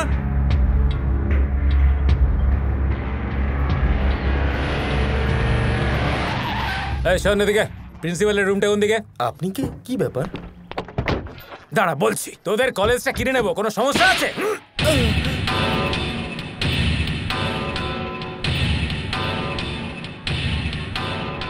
দেখুন, কলেজের মধ্যে ঝামেলা করবেন না, সবাই বাইরে যান। খুব রাগ হচ্ছে না? 8 কোটি দিয়ে এমএলএ হওয়ার জন্য দাঁড়িয়েছিলাম, আমি এমএলএ হয়েই যেতাম, কিন্তু তোদের এই ওপিনিয়ন পোল আমার সবকিছু নষ্ট করে দিল। কি দরকার ছিল এই ওপিনিয়ন পোলের? লোক তো এমনি ভোট দিতে আসতো, কিন্তু তোদেরকে কে বলেছিল এই ওপিনিয়ন পোল করার জন্য? এই মেয়েগুলো কয়েকদিন পরে বিয়ে করে নিজেদের সংসার করবে, তার আগে যদি আমি এদের সাথে ওপিনিয়ন ফুল সজ্জা করি তাহলে কেমন লাগবে? তারপর বিয়ে করে নেবে, কি আছে? এই মুখ সামলে কথা বল। এই চল, আমি কথা বলছি। দেখুন, আমরা আইনের বিরুদ্ধে গিয়ে কিছুই করিনি। আইনসম্মতভাবে আপনি যা করবার করুন, কিন্তু এখন দয়া করে এখান থেকে চলে যান। শামশের সিং থেকে শম্ভুলাল তো আমি হয়ে গেছি, তোমরা এমন কিছু করো না যাতে আবার আমি শামশের সিং হতে বাধ্য হই। এই চল না।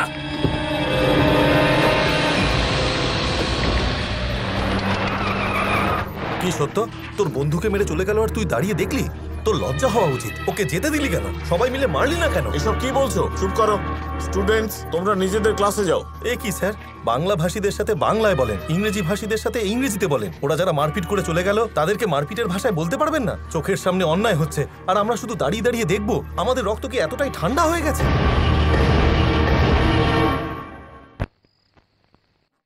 তুই একটা গাধা। কলেজ স্টুডেন্টদের গায়ে কেউ হাত তোলে? ওরা যদি সবাই মিলে তোকে পেটাতো তাহলে কি হতো? তোর কোনো মান ইজ্জত থাকতো? কপাল ভালো যে তোর কিছু হয়নি।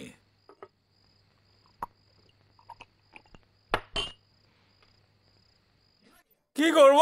আমি যা স্বপ্ন দেখেছিলাম সব ভেঙে গেছে, আমার জীবন শেষ হয়ে গেছে, তাই আমি একটু রেগে গেছিলাম।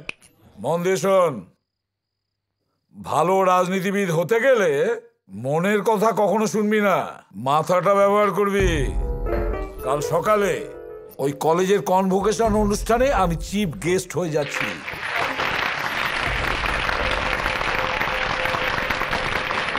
ফাংশনটা যখনই শেষ হবে তখনই যেন আমাদের কাজটা হয়। Thank you sir. আর কাজটা কিন্তু তুই করবি।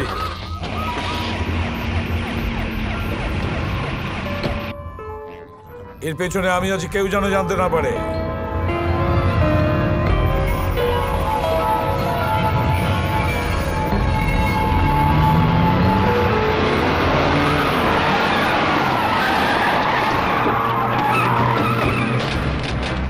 তোমরা ওদিকে যাও।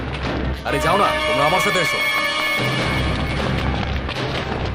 দাঁড়ান দাঁড়ান, কি হয়েছে? আমার কাছে খবর আছে যে আপনাদের কলেজ থেকে এটা ড্রাগস অসম্ভব, পাচার হয়। অসম্ভব সরে যান, ব্যাপার। সবাই সরো, আমাদের কাজ করতে দাও। সরে যাও।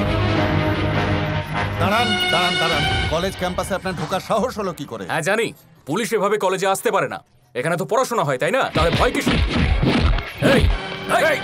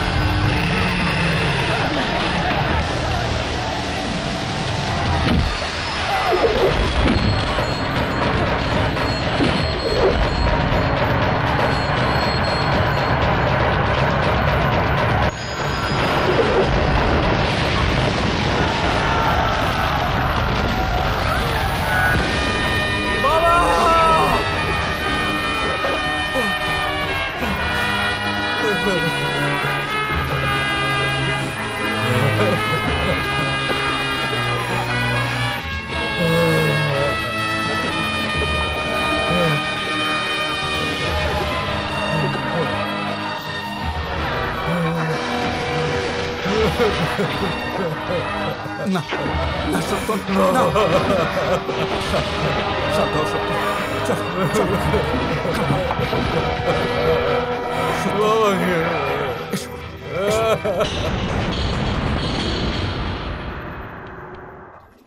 এই ইস্যুটাই আমাদের কাছে বড় হাতিয়ার হতে পারে। আসন্ন নির্বাচনে রুলিং পার্টির নেতাদের আমরা ঘুম কেড়ে নেব। একদম ঠিক। শোনো, যদি আমরা সরকারে থাকতাম আর বাই ইলেকশন হতো আর কোনো কলেজ ওপিনিয়ন পোলে আমাদের হেরে যাবার কথা বলতো, তাহলে আমরা কি করতাম? আমরাও কি এই একই কাজ করতাম না? আমাদের রাজ্যের জনতা এই দুটো পার্টি ছাড়া আর কোনো পার্টি চেনে না। তাই আমরাই কখনো সরকার কখনো বিরোধী আসনে বসি। ঝগড়া হোক বা সমাধান এই দুটো পার্টির মধ্যেই হওয়া উচিত। আমরা ছাড়া মিডিয়া বা কলেজের এর মধ্যে আসার কোনো অধিকার নেই। আমাদের ভাগ্য ভালো যে বিপক্ষ দল চুপ করে আছে, কিন্তু স্টুডেন্টরা চুপ করে থাকবে না। এই খবরটা অন্য কলেজে পৌঁছানোর আগে আমাদের কিছু করতে হবে। এটা কি করে সম্ভব? কলেজে পুলিশের ঢোকা নিষেধ, আর উনি ওখানে গুলি চালিয়েছেন। সেই জন্য পরিস্থিতি আরো খারাপ হয়েছে। হ্যাঁ, যদি দোষটা কলেজের ঘাড়ে চাপিয়ে দিই, বুঝলেন না তো? ওটা একটা দুর্ঘটনা ছিল। যদি এই কথাটা কলেজের প্রিন্সিপালকে দিয়ে বলাই, তাহলে সব সমস্যার সমাধান হয়ে যাবে। কিন্তু প্রিন্সিপাল কেনই বা বলবে? বলাতে হবে। প্রিন্সিপালকে ভয় দেখাও, হুমকি দাও, যা করার করো, কিন্তু প্রিন্সিপালকে বলতে হবে ওনাদের ভুলেই এই ঘটনা ঘটেছে। প্রিন্সিপাল নিজের মুখে বললে সবাই বিশ্বাস করবে। এটা একটি দুর্ঘটনা মাত্র। ক্যান্টিন স্টাফদের অসাবধানতা বশতই এই ঘটনা ঘটেছে। এর জন্য আমি এই কলেজের সিস্টেমকেই দোষী বলে মানছি আর ক্ষমাও চেয়ে নিচ্ছি। এটা দুর্ঘটনা, খুন, এটা প্ল্যান করা খুন। এটা এদের ছাড়া উচিত নয়। এরা জিতে গেছে ভাবছে তো, এদের হারাতে হবে। এর একটাই রাস্তা আছে, খুন করতে হবে। ওদের খুন করতে হবে। কিন্তু ওদের খুন করার পরে কি হবে সেটা বুঝতে পারছো তুমি?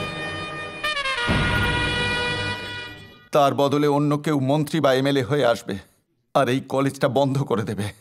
সমস্ত স্টুডেন্টের জীবন নষ্ট হয়ে যাবে। এটাই হবে। তাহলে ওদের এমনি ছেড়ে দেবো? খুন করবে, অবশ্যই শাস্তি দেবে, কিন্তু এখন নয়। রুলিং আর অপোজিশন ছাড়া 110টা অন্য পার্টিও রয়েছে, আর প্রত্যেকটা পার্টি দুর্নীতিগ্রস্ত। হঠকারিতায় কোনো সিদ্ধান্ত নিও না, বুঝতে পারছো তো? তোমার ভেতরে যে আগুনটা রয়েছে তাকে বাড়তে দিও না, তাকে এখন নিয়ন্ত্রণে রাখো। মাটির নিচে থেকে আমরা আগে পাই কয়লা, আর পরে সেই কয়লাই কিন্তু একদিন হিরে হয়ে ওঠে। তোমাকে সেই হিরে হয়ে উঠতে হবে, সত্য।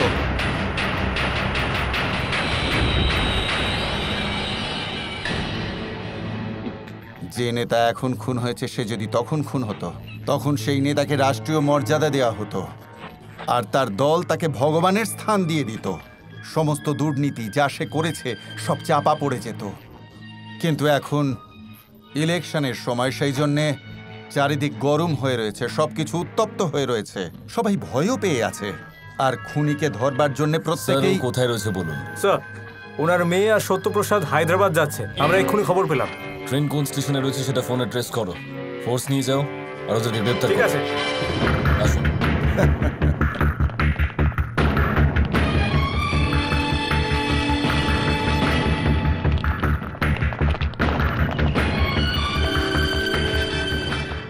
আরে দেখো দিদা, প্রফেসর সাহেব লোকগীতি শোনার বাহানায় কত লোককে মেরে ফেলেছে, বুঝলে?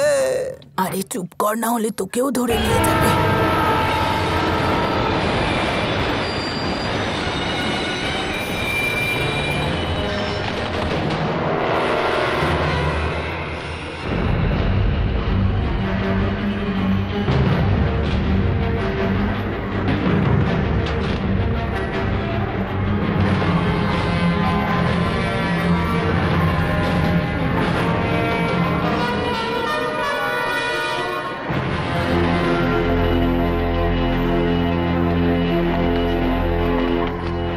হ্যালো স্যার, সত্যপ্রসাদ এখানে আসেনি, কিন্তু মেয়েটাকে পেয়েছি। আপাতত ও আমার কাস্টাডিতেই আছে।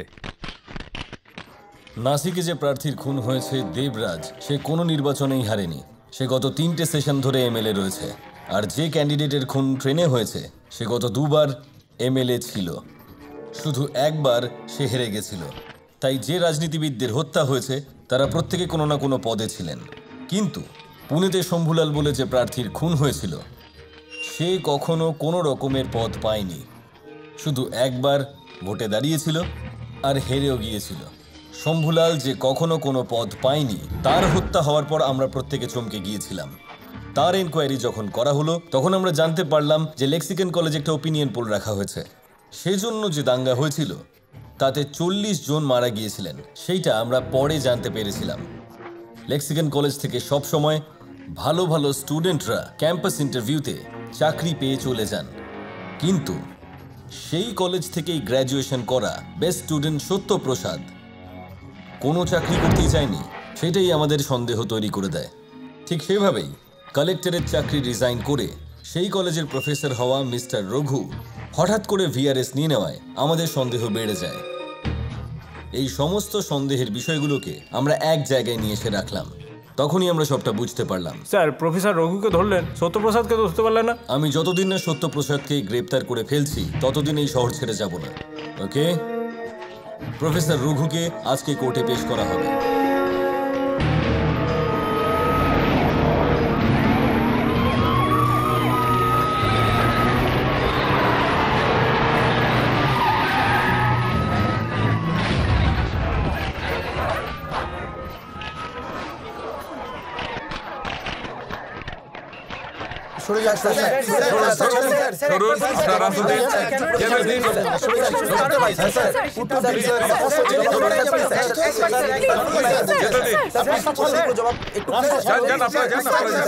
একজন রিটায়ার্ড প্রফেসর হয়ে আপনি এমনটা কেন করলেন?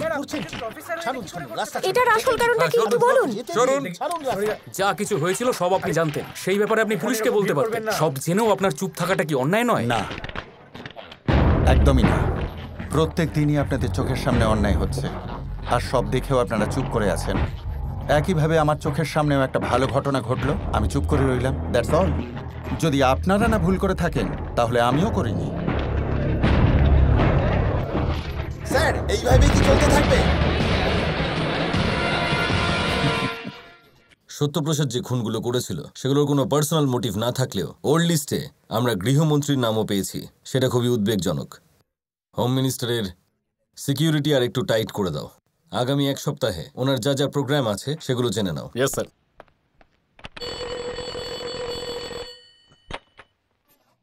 হ্যালো। হ্যালো, মন্ত্রীমশাই আছেন নাকি? না, উনি বেরিয়েছেন। ঠিক আছে ম্যাডাম। Good morning reception. মন্ত্রীমশাই আছেন? মন্ত্রীমশাই রুমে নেই। কোথায় গেছেন? কোনো একটা উৎসবে গেছেন। Okay madam. Thank you. Sir, মন্ত্রীমশাই বাড়িতে নেই, উনি মহোৎসবে গেছেন।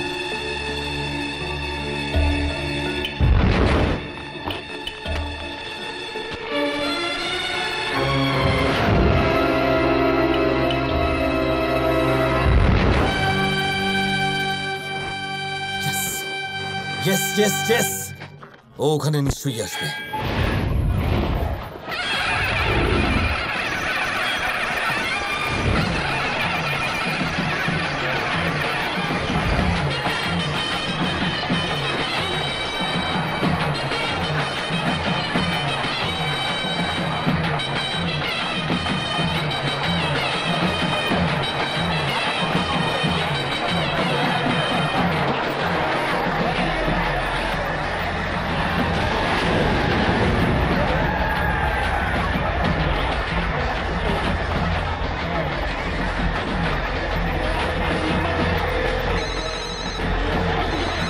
হ্যালো হ্যালো,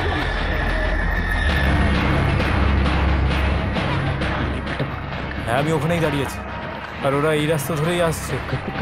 পার্টির 7-8 জন লোক আছে ওর সাথে।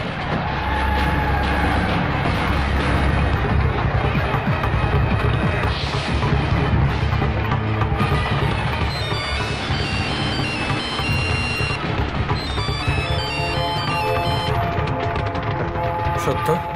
হ্যাঁ সতীশ। মূর্তি আসতে আরো 1/2 ঘন্টা লাগবে। মন্ত্রী এখনো আসেনি, ওর অপেক্ষাই করছি। এই কটা ক্যামেরা যথেষ্ট নয়, Sir. আরো বেশি ক্যামেরা লাগাও। Yes, sir. টেম্পোরারি মনিটর রুমের ব্যবস্থা করো। Okay, sir. Do it immediately. Yes, sir. Let's go.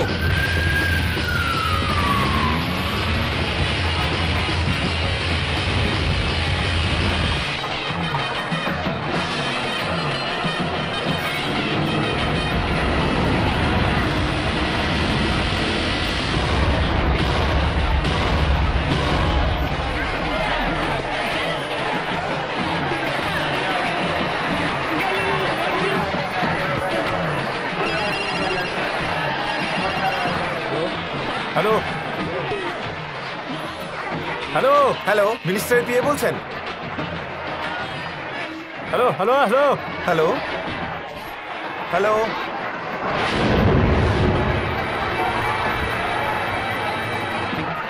Mic 21 come in, mike 21 come in, over. Mike 21 over over. মিনিস্টারের সাথেই আছেন তো? না স্যার, ওভার। এক্ষুনি মিনিস্টারের কাছে চলে যান, আপনি ওনার সাথেই থাকুন। Okay sir. সত্য, পুলিশ জানতে পেরে গেছে, সিকিউরিটি বাড়িয়ে দিয়েছে। মন্ত্রীকে ভেতরে যাওয়া থেকে আমি আটকালাম, তবুও চলে গেল। মন্ত্রী এখন মণ্ডপের দিকে যাচ্ছে। তুই কোনোভাবে ফেসে গেলে তখন? ভয় পাস না, যদি ফাঁসারই হতো তাহলে যেদিন 40 জন মারা গেছিল সেই দিনই ফাঁসতাম, আর এই তেজও শেষ হয়ে যেত। আজ ওর মৃত্যু অবশ্যই হবে।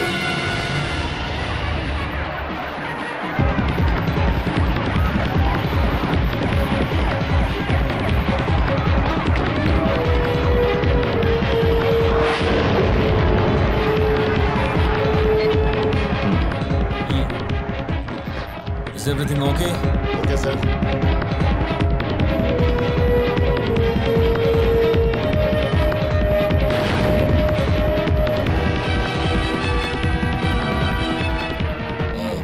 ক্যামেরা 6 কে একটু জুম করতে বলো তো। ক্যামেরা 6 জুম করো।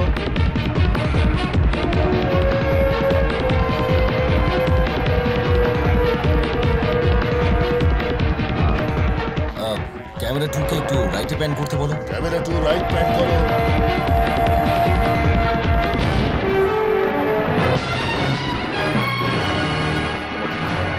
সত্যপ্রসাদ চলে গেল, ওকে খুঁজতে বলো। Orange shirt, quick.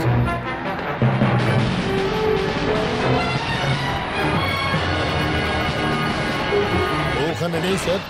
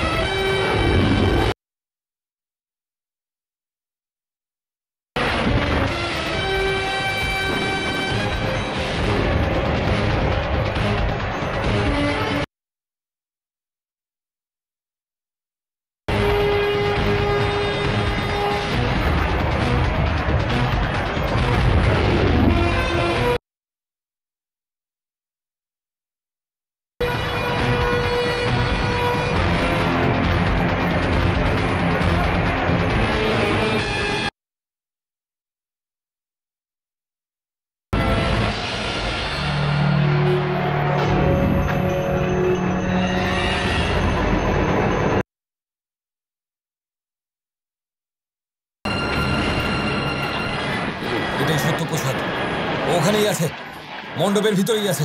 Move move fast.